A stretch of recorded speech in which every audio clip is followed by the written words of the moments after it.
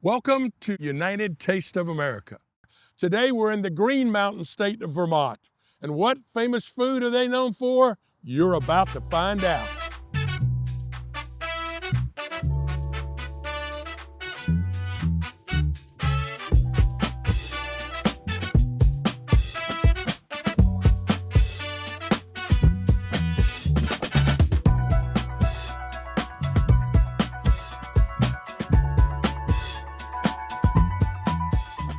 Vermont, like so many other northern New England states, was settled by both the French from Canada and British settlers. At the time of the Revolutionary War, Vermont became a republic, and it wasn't until 1791 that it became the 14th state in the Union. Later, many immigrants came to Vermont, largely to mine granite. Vermont is still largely an agricultural state, with lots of dairy farms that produce things like Ben & Jerry's ice cream, or apple orchards that produce apple cider donuts. But what Vermont is really known for is its maple syrup. And we found a place that makes sandwiches using that ingredient. Welcome to Handy's Lunch in Burlington, Vermont. I'm here with Earl Handy at Handy's Lunch, third generation restaurateur. Hi, Rick. How are you? Wonderful, sir. How are you? Thanks for having us today. Oh, welcome to Vermont. Well, tell me about your family, where they came from and how this all got started. Well, my dad's parents, so my grandparents, came from Lebanon. They came to America in the early 1900s, around 1907-ish, right around there. Went to like Newport, Vermont, because that was where there was already family. And my grandfather started in the ice business. Wow. Delivering ice. And I always laugh about how you came from Lebanon and you got into the ice business. But apparently we were from like a mountain region there. So he was used to the little bit of the cold, I guess. And after a few years, he became an American citizen, was a private first class in the military for World War I. And that was how he became a citizen. And then when he got back, he became an iceman and had his own ice business in Burlington. And over time, he was doing that. And my grandmother, so he was my jiddu, that's Lebanese for grandfather. My sittu was bored during the day while he was out delivering ice. And they owned the house next door. And this was like a little store. And so they bought it in 1945. And it was a little bit of a convenience store, a little bit of a kitchen where you could get a donut, a coffee, a hamburger, back then, 5 cents, 10 cents. And in 1958, so they did that side by side. He would deliver ice, she would do this. My dad worked in both. And in 1958, when they were on vacation, my dad decided to get rid of the grocery store part of it. When they were on vacation. While they were on vacation. And it was primarily because like somebody would come in for like a stick of butter, a loaf of bread and stuff like that and be like, oh, Bob, just put it on my house account. I'll get you later in the week. But the guy who came in for the donut and coffee or the hamburger paid cash. And my dad's like, what are we doing? So he decided to get rid of the grocery store and do the counters. And the same counter, same stools. And he put it in and my grandparents came back and my grandfather didn't know anything about the restaurant business. So he fired my dad because of what he did, but he was next door. So the next morning he woke up my dad and said, you broke it, you fix it. And so from 1958 to 1996, my dad ran this. And as kids, my siblings and I all worked in here. I was the youngest of 4, I was the only boy. And so I was probably here the most. And just things happened and got out of high school. I went to a Catholic high school here in town called Rice. And when I got done school, my dad was just like, well, you can either take over the restaurant or go to college or join the military. And I was like, no. And thought about the Navy and I was like, no. And then I was like, I'll go to college. So I went to Champlain College, which is only a few blocks up the street. And I graduated college and my dad said, okay, get a real job, get a job, get any kind of job, or take over or come to work. And I was like, no, nope. So I went and got a job, and I was selling cars. Not the funnest thing in the world. And Unfortunately, about a couple months later, my dad took ill with pancreatic cancer. And 28 years ago, that was something that once you found out you had it, you didn't have much time. And so my dad passed away like 2 months after I graduated college, and I left my sales job. And I came here and I started working with my mom. And it was supposed to really be like Short term. couple weeks, couple months, maybe a year. My wife and I were engaged at the time, and she was finishing up her undergrad at Syracuse. And so I was just like, okay, I will do this until you're done. So I knew I had like a year and a half. Help mom get her feet. We'd sell the business. We'd move on. We'd all go our ways and stuff. And it wasn't anything I had planned. 2 weeks, 2 months, my future father-in-law said, "You'd be crazy not to do this." And I told him he was crazy for even suggesting it. And because it was something I'd always done. I'd been here since I was 10 years old. As soon as you were old enough, you were in the back, you were doing dishes, you were next to dad. I mean, my first time on the grill, I was like 14, and my dad, we had a full counter, and my dad goes, "All right, I got to run an errand. I'll see you later." And he left me. Baptism by fire, right? Absolutely. And so thought about it, and I was like, well, I have a year and a half to see if I really want to do this. And it became natural. It became the right thing. And God loved my wife, Alexis. She sacrificed moving to Burlington so we could continue this. And 28 years later, almost 29 years, we're still here. We're still plugging away. I got 17-year-old twins. They pop in once in a while. They work once in a while. Not as much as I did when I was that age. Different era. Different era.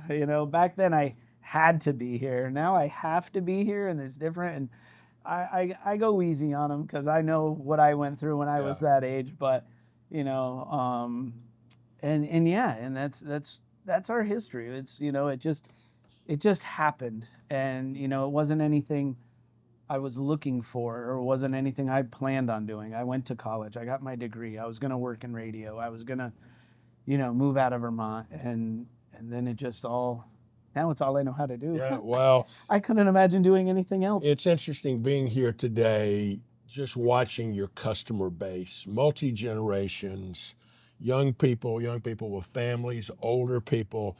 It seems like you knew every one of them by name. It is really a unique place. That is, and I thank you for that. That was something that I learned from my parents.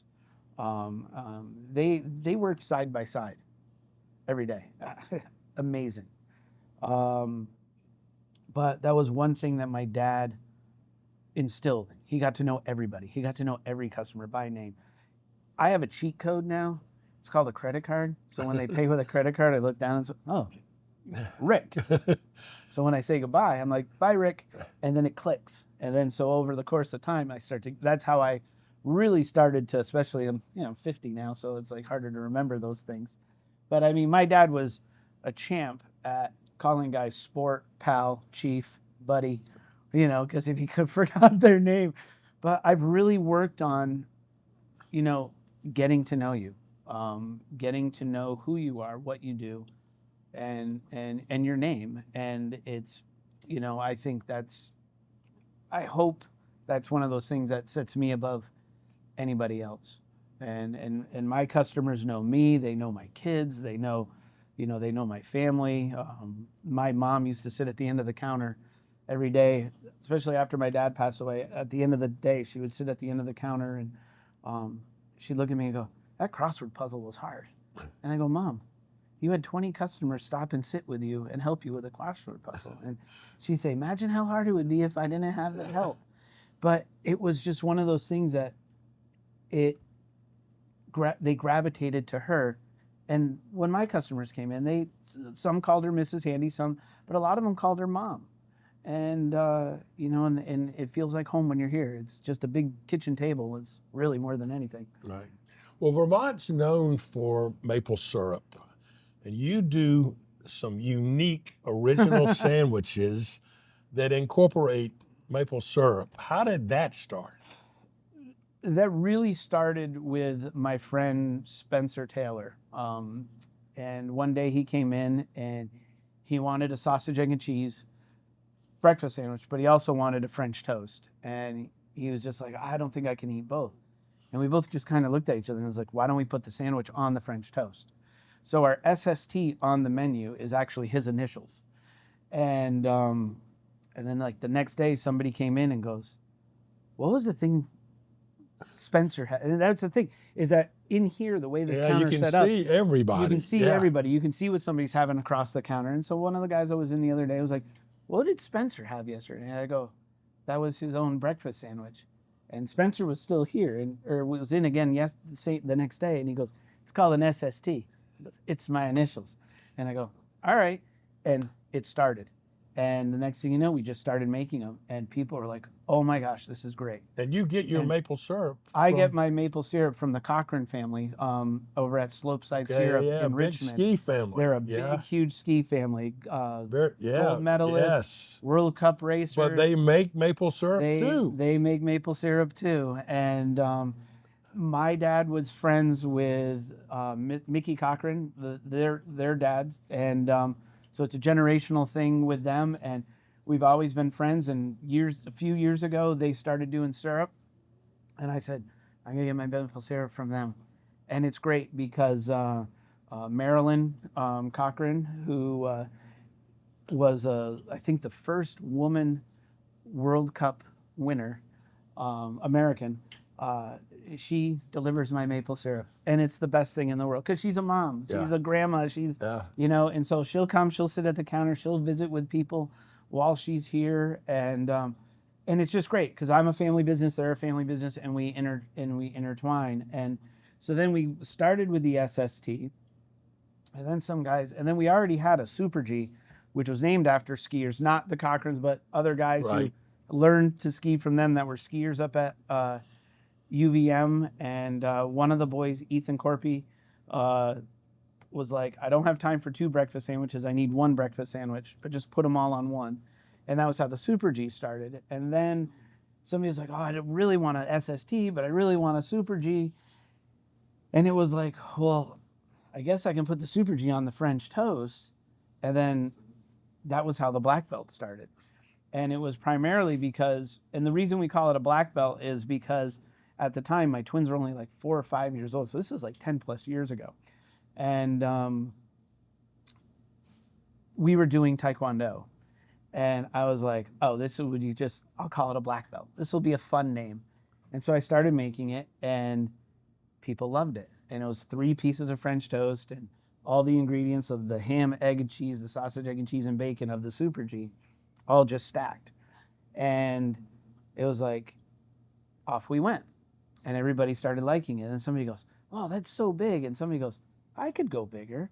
And I was like, no. I go, we're going to keep it the way it is. And so I got to Taekwondo one night, and my master black belt says to me, he goes, you need 4 degrees to be a master black belt. And I go, yeah. He goes, you need to add a 4th layer. And I go, oh man, what else could I add? Well, one of the things we're known for is a cheeseburger omelet. It's just 2 burger patties inside the omelet. And I go, you know what? I'll come in tomorrow.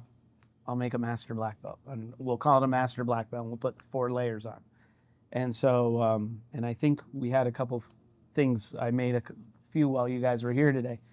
And then that took off. And the quintessential wise guy in me goes, oh, what's better than you? Chuck. And I was like, Chuck Norris. And I was like, this is great. I've got 1 more thing of breakfast meat I can put on. So we put on a 5th layer. And it was strictly an homage to Chuck Norris because it's Chuck Norris. And now it's 5 layers, 5 pieces of French toast, ham, bacon, sausage, burger, corned beef, and cheese, and all the basic food all groups. the basic food groups. Exactly. On 5 pieces of French toast. And everybody, and I remember one of my first customers who tried it. He had it at like 10 in the morning. It took him like well over an hour to eat it.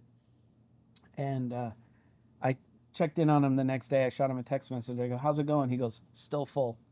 I go, Okay, let me know. He goes, I did have a piece of celery later, but he goes, that was about all I could fit in.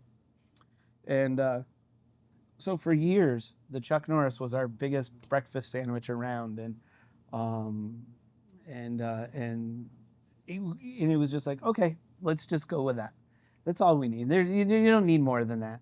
Well, my twins are now at the same high school I went to and my dad went to, Rice Memorial High School, and their mascot is the Green Knight.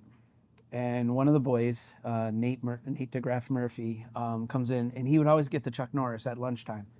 And he'd go, Mr. Handy, it's not enough. And I go, Nate, how is this not enough? And because he'd get a Chuck Norris, and then he'd get an order of French fries or something else with it. And he goes, I think we need one more layer. And I go, what are we going to do with one more layer? And he goes, I go, what one more layer can we put on?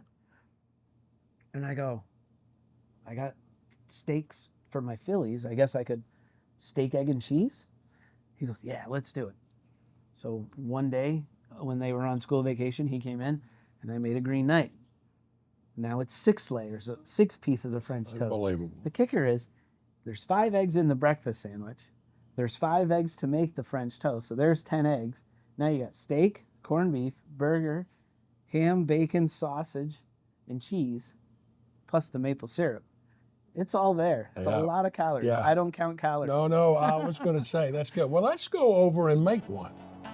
Yeah, let's do it. Okay. All right.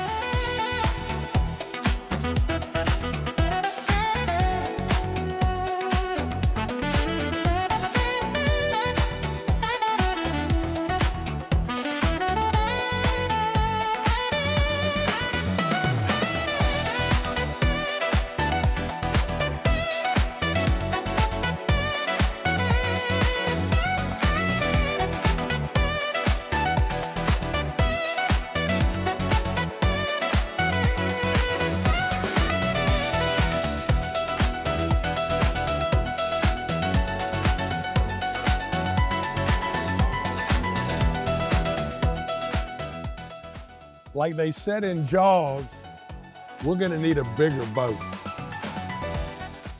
So that's the beautiful state of Vermont. Just another stop on United Taste of America. We'll see you next week.